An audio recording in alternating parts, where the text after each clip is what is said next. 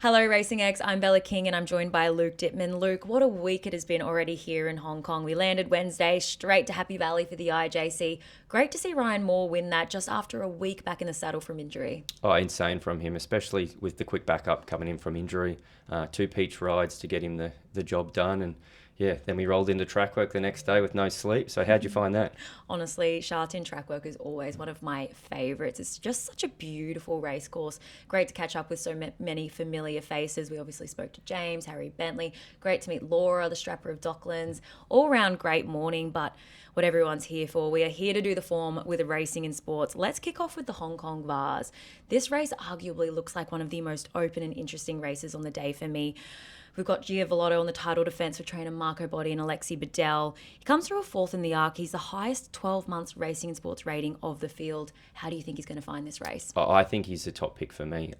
Huge run in the Arc, nice little fourth. And then he's defending his title here. And look, he loves Sha-Tin. He travels well. He can definitely get the job done here. But I'm interested to see how Al Riffa goes. Yeah. Especially, look, he got back in the Melbourne Cup and he had to carry big weight. He's been around the world, so he has to travel as well. But is there anything you have your eye on in this race? I quite like Sosi, to be honest. Third in the Arc, beating home Gia Vellotto. He's already a three-time Group 1 winner from the 1800 to 2400 metre trip. His last two runs at Longchamp are really what has impressed me despite only placing. Trainer Andre Farb has won this race 3 times over. And the Racing and Sports historical stats do indicate that this horse could run really well, with 4-year-olds being the strongest age group in this race.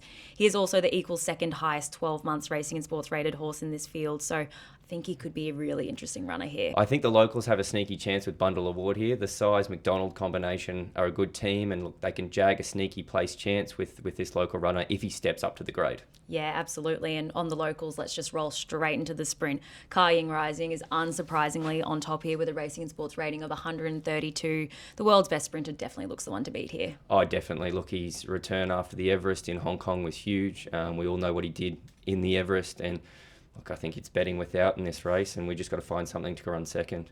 Absolutely. Who do you have on your eye? Who do you have your eye on? Sorry, to run second. I think Fast Network is thereabouts, and obviously the old war horse Helios Express. I think they'll be duelling it out for second place, but it's really just the gap between them is the difference. Anything you like in the race? Don't mind Satono Reeve here. He's probably one of the more interesting runners in this race. Ran third here behind Kai Ying Rising and Helios Express last year. He's been on a world tour since. To my eye, he lacked a little bit of kick last start in Japan, but he's always in the mix with the world's best when he is having a good day, especially with a Racing and Sports rating of 124. I can't imagine he'll be too far behind the place getters. I think the market's with you, and we'll soon find out on Sunday. All right, now in the Longines Hong Kong Mile, Racing and Sports have Voyage Bubble on top here based on ratings. I don't know about you, but to me, I have my reservations about this horse here. Looks like it's a bit of a plan B. He doesn't want to face up to Romantic Warrior based off of the win last start.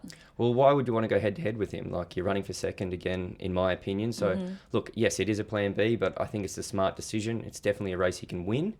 Is he my top pick? No, he's probably my second pick. And my actual top pick is My Wish, the new kid on the block. Over-raced a little last start, but the break between runs, the 5 weeks between runs probably was the difference. He gets a nice run race here. He's 3 weeks between starts, and I think Mark will have him spot on in the training aspect. And if he relaxes in the run, I think he can get the job done. Well, probably one of the more intriguing runners in this race is the filly Embroidery. Very talented filly making her way over here from Japan. She actually broke her maiden just last July. Has gone on to win 5 from 8 since, including 2 Group 1 wins. Interestingly, her sire, Admire Mars, won this race back in 2019. So I'm curious to know if she might be the heir to that throne. It is a tough trip. This is her first time overseas. This will be her defining moment for the rest of her career, I believe. And then, of course, there's the old veteran Soul Rush. He returns here for his 3rd crack at this race. Does look like it could be a swan song before retirement. But interestingly, the Racing and Sports stats are on this horse's side. He jumps from barrier 11, which has a higher strike rate in this race, with 16.7% of winners jumping from lucky number 11. And he's the highest rated horse in this field based off of his Dubai Turf win against Romantic Warrior. Speaking of that Dubai Turf win, he obviously beat Romantic Warrior, who faces up in the Cup. He returns looking for his 4th Hong Kong Cup, but a more interesting perspective is he's actually looking to become James McDonald's most successful horse. He's currently at an equal tie with the legendary mares Very Elegant and Bia Sistina, but I think we're odds on to surpass him there. The Racing and Sports rating of 129 based off his run here last year looks like there's going to be a brick wall to stop him. But from a jockey's lens, Luke, I'm really curious to know if you think that anyone might sort of try and ride against James and Romantic Warrior in this race. I think you have to, as the other runners in the field, simply because he's just too good in a field like this. He proved it last start. His run in Dubai was huge. But I really think Sumion and Kusasana can roll forward outside him and put a lot of pressure on James and make his force not aggressively over race, but just do enough work to make him vulnerable late. And that's why you put the best jockeys in the world on. Sumion's obviously one of them. He'll roll forward from a gate outside Romantic Warrior and put a little bit of pressure on him to force that horse to do a little bit more work than what he would normally do. And that might be the difference at the finish. And it's an inch in these Group 1s. And look, on a personal level, I want to see the big boy win. But from a racing fan, I want to see it turn into a race. So if Sumion does that, it's going to be interesting for all involved. Absolutely. And like you said, that combination of Christophe Soumillon and Francis Henry Graffard has plenty of merit.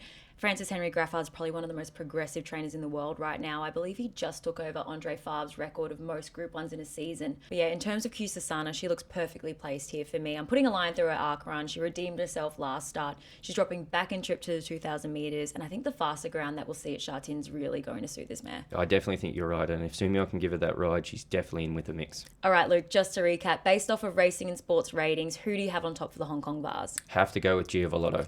Into the sprint, Ka Ying Rising to beat Fast Network, then the mile, My Wish, cup. and Romantic Warrior to beat Kusasana. It's going to be a big weekend of racing. There's no doubt we're going to see something special Sunday. The real question is what?